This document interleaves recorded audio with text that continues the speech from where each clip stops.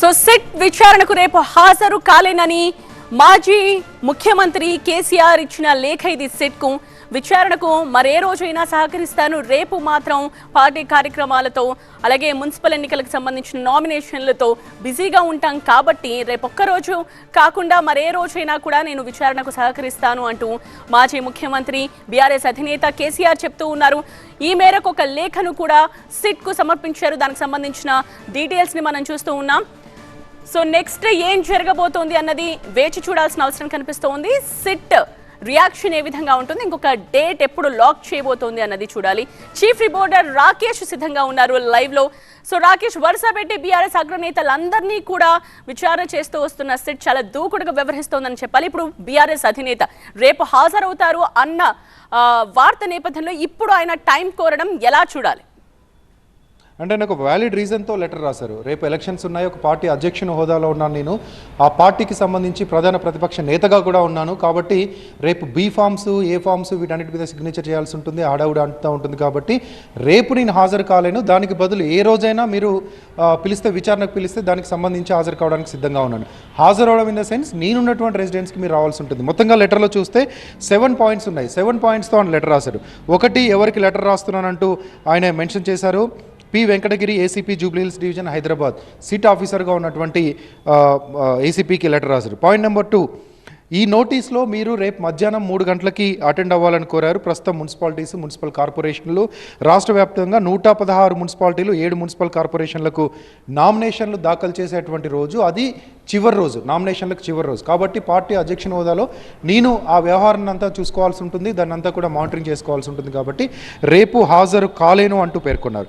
ఇక point number 2లో కాబట్టి ఏదైతే సిఆర్పిసి 160 ప్రకారం మీరు నా సౌకర్యానికి అనుగుణంగా మరో తేదీని నిర్ణయించవచ్చు. ఎందుకంటే 65 ఇయర్స్ ఎబోవ్ ఎవరినైతే విచారించాలో ఆ విచారించే వ్యక్తికి కొన్ని హక్కులను, కొన్ని ఎగ్జెంప్షన్స్ని సుప్రీంకోర్టు గతంలో ఇచ్చింది. కాబట్టి వాటిని అన్నింటినీ కూడా కన్సిడర్ చేయాలి. ఆ కన్సిడర్ చేసి నాకు ఎక్కడైతే నేనుంటున్నటువంటి హౌస్ నెంబర్ 3-96 ఎర్రవెల్లి గ్రామం, మర్కూర్ మండలం, సిద్దిపేట జిల్లా, ఇక్కడ నేను నివాసం ఉంటున్నాను. కాబట్టి ఆ నివాస ప్రాంతానికి మీరు ఎప్పుడైనా వచ్చి విచారించవచ్చు అనేది ఇంకో పాయింట్లో ఉన్నారు. ఇంకా 4th పాయింట్లో సిఆర్పిసి సెక్షన్లోని 160 నిబంధన, దానికి సంబంధించి సుప్రీంకోర్టు గైడ్లైన్స్ని మీ దృష్టికి తీసుకొస్తున్నాను అంటూ చెప్పారు. ఇక దాంట్లోనే సాక్షులను హాజరు కావాలనే పోలీస్ అధికారికి ఉన్న అధికారాలు ఏంటి, దాంతోపాటు ఏ పోలీస్ అధికారి అయినా కేసుకు సంబంధించినటువంటి విషయాలు తెలుసుకోవాలని భావించినట్లయితే ఆ వ్యక్తికి లిఖితపూర్వకంగా అంటే సిఆర్పిసి 160 నోటీస్ని ఇవ్వచ్చు అనేది పాయింట్ నెంబర్ 1, అంటే ఈయన చెప్పిన దాంట్లో. దాంతోపాటు 15 ఏళ్ల లోపు 15 ఇయర్స్ బిలో ఏజ్ ఉన్నటువంటి వ్యక్తులు, 65 సంవత్సరాల ఎబోవ్ ఉన్నటువంటి వ్యక్తులు, వీళ్ళిద్దరికీ కొంత స్పెషల్ ఎగ్జెంప్షన్స్ని, కొన్ని హక్కులను సుప్రీంకోర్టు కల్పించింది. శారీరక వైకల్యం ఉన్నటువంటి వ్యక్తులకు కూడా ఇది వర్తిస్తుంది. ఇక పాయింట్ నెంబర్ 5, 65 ఇయర్స్ పైబడినటువంటి వ్యక్తులను ఎట్టి పరిస్థితుల్లో పోలీస్ స్టేషన్కి బలవంతంగా పిలవడానికి వీల్లేదు. వాళ్ళు కోరుకున్న చోట మీరు విచారించేటువంటి అవకాశాన్ని కల్పించారు. ఇక పాయింట్ నెంబర్ 6, దాంతోపాటు విచారణలో కేవలం వితిన్ ద హైదరాబాద్ సిటీ అంటూ భౌగోళిక ఒక బౌండరీని మీరు పేర్కొన్నారు. కానీ సెక్షన్ సిఆర్పిసి 160లో మాత్రం ఎక్కడా అలాంటి మాట లేదు. దాంతోపాటుగా భవిష్యత్తులో వచ్చేటువంటి అన్ని నోటీసులు, అన్ని విచారణలను కూడా నేనున్నటువంటి ఫామ్ హౌస్కి పంపించండి, ఇక్కడే నేను విచారణకు అందుబాటులో ఉంటాను, ఇక్కడే నేను దానికి సంబంధించినటువంటి విచారణకు హాజరవుతాను, మీరు నోటీసులకు సంబంధించినటువంటి విషయాలను కూడా ఇక్కడికే పంపించవచ్చు అంటే చెప్పారు. ఇక 7వ పాయింట్గా, ఈ రాష్ట్రానికి సంబంధించి మాజీ ముఖ్యమంత్రిగా, శాసనసభలో ప్రతిపక్ష నాయకుడిగా మరియు బాధ్యతాయుత పౌరుడిగా ఈ విచారణకు పూర్తిగా సహకరిస్తాను, దీంట్లో ఎలాంటి వేరే అభిప్రాయం లేదు అంటూ ఈ 7 ఇంపార్టెంట్ పాయింట్స్తో ఆయన ఈ లెటర్ని రాశారు. ఈ 7 పాయింట్స్లో కూడా క్లియర్గా మనం అర్థం చేసుకోవచ్చు. ఒకటి, మీరు ఎర్రవెల్లి ఫామ్ హౌస్కే వచ్చి విచారించాలి. Further communication of notices or further కమ్యూనికేషన్కి సంబంధించినటువంటి ఏదైనా కూడా ఈ అడ్రస్నే ఇక మీద మీరు భావించాల్సి ఉంటుంది. రెండోది, రేపైతే నేను అటెండ్ కావట్లేదు. మూడోది, మీరు ఎప్పుడు పిలిచినా నేను విచారణకు సిద్ధంగా ఉంటాను, మీరు ఎర్రవెల్లి ఫామ్ హౌస్కి రావచ్చు.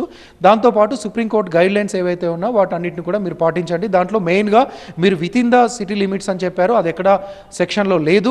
ఎక్కడైనా విచారించబడే వ్యక్తి ఎక్కడున్నా అక్కడికి మీరు వెళ్ళి విచారించాల్సిన అవసరం ఉంటుందని పేర్కొన్నారు. ఇక పోలీసులు దీనిపైన ఎలాంటి నిర్ణయం తీసుకుంటారు? పోలీసులు ఒకవేళ కరాఖండిగా రేపు ఖచ్చితంగా రావాల్సి ఉంది అంటే బీఆర్ఎస్ పార్టీ న్యాయపరంగా ముందుకెళ్లేటువంటి అవకాశం ఉంటుంది.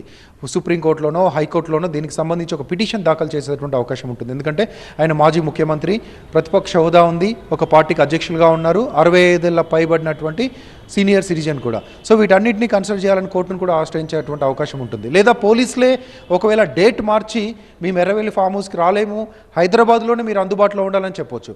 లేదా ఎర్రవెల్లి ఫామ్ హౌస్కి వెళ్ళి అక్కడ విచారణకు సహకరించాలని అక్కడనే విచారణ ప్రారంభించవచ్చు. ఈ మూడిట్లో ఏదో ఒకటి జరిగేటువంటి అవకాశం ఉంటుంది కొద్దిసేపట్లోనే. సో పోలీసులు ఈ నోటీసుని చదివిన తర్వాత రిప్లై ఏమిస్తారు? రమ్మంటారా? లేదు రేపు ఖచ్చితంగా రావాల్సిందని చెప్తారా? ఎర్రవెల్లికి వెళ్తామని చెప్తారా? లేదు భౌగోళిక అంటే జ్యూరిడిక్షన్, హైదరాబాద్లో కేసు నమోదైంది, జ్యూరిడిక్షన్ హైదరాబాద్ కాబట్టి మీరు హైదరాబాద్లో ఏదో ఒక ప్లేస్లో అందుబాటులో ఉండండి, నందినగరో తెలంగాణ భవనో మీకు సంబంధించినటువంటి రెసిడెన్సో ఎక్కడో దగ్గర ఉండాలని చెప్తారన్నది కొద్దిసేపట్లో తెలిసేటువంటి ఛాన్స్ ఉంది. రైట్ రాకేష్, సో ఇది కేసీఆర్ వర్షన్.